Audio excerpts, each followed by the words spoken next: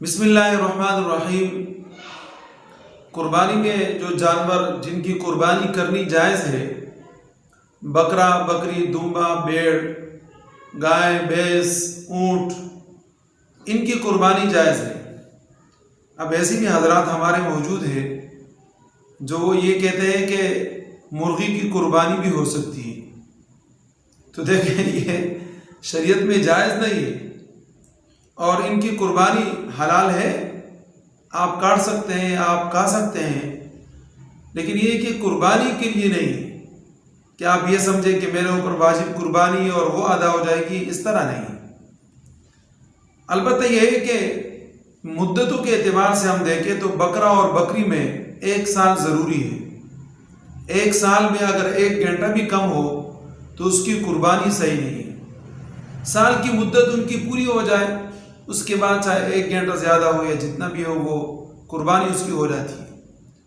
اسی طریقے سے بھیڑ اور دمبا ہے تو اس میں بھی 1 سال ضروری ہے، لیکن اس بات کی رعایت ہے اس میں کہ اگر وہ 6 مہینے کے اس طرح ہے کہ وہ سال کے برابر لگتے ہیں، یعنی ایسے موٹے ہیں، ایسے تازہ فربا ہیں، تو ان کی قربانی بھی صحیح ہے۔ لیکن یہ ہے کہ یہ بات ذہنوں میں رہے کہ بکرا ہے، بکری ہے، دمبا ہے، بھیڑ ہے، اس میں ایک آدمی کی طرف سے قربانی ہو سکتی ہے، ایک کے ساتھ دوسرا آدمی شریک نہیں ہو سکتا۔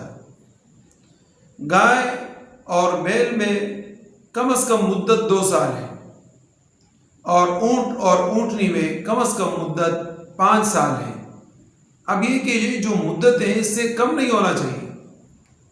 گائے، بیل، اونٹ، اونٹنی، اس میں 7 آدمی تک شرکت کر سکتے ہیں۔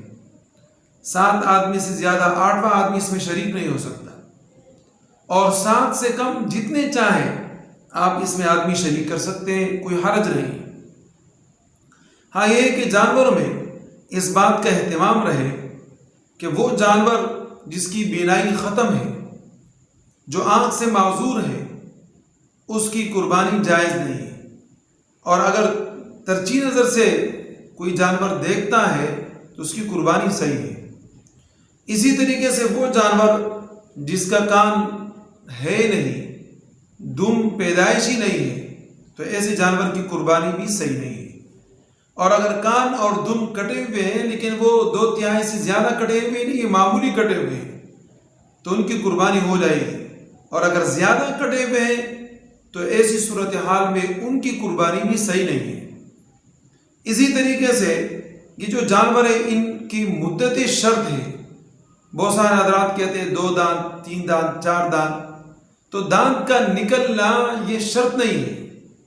بغیر دانت کے بھی اگر اس کی مدت پوری ہے تو اس کی قربانی صحیح ہے۔ اسی طریقے سے اگر کوئی جانور ایسا ہے کہ اس کا پیدائشی طور پر سینگ نہیں ہے تو اس کی قربانی جائز ہے، اور اگر یہ ہے کہ وہ سینگ اس کا تو تھا لیکن یہ کہ اتنا کٹا ہوا ہے کہ سینگ جڑ سے نظر ہی نہیں آ رہا، اور اس کا اثر اس کے جانور کے دماغ تک پہنچ گیا ہے، تو اس کی قربانی صحیح نہیں ہے۔ لیکن یہ کہ اگر آدھا کٹا ہوا ہے، آدھے سے زیادہ کٹا ہوا ہے، یعنی یہ کہ وہ سینگ کے اثرات نظر آ رہے ہیں، تو تب بھی اس کی قربانی صحیح ہے۔ اسی طریقے سے وہ جانور کہ جس کی عمر زیادہ ہو چکی ہے، اگرچہ وہ بڑھاپے کی عمر پہ ہے اور کھا پی صحیح سکتے ہیں، تو اس کی قربانی صحیح ہے۔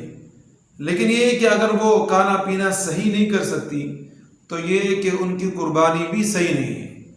اسی طریقے سے وہ جانور کہ جو قربانی گاہ تک جا سکتے ہو، اتنی طاقت ان میں ہو، ایسا نہ ہو کہ بالکل ڈالا ڈول ہو اور کمزور ہو، جیسے کوئی آدمی ایسا کمزور جانور لے لے کہ وہ بیچارہ کھڑا ہی نہیں ہو سکتا، وہ قربانی کی جگہ جا نہیں سکتا، اب ایسی قربانی کرنے کی ضرورت ہی نہیں ہے اور اس کی قربانی ہوگی بھی نہیں۔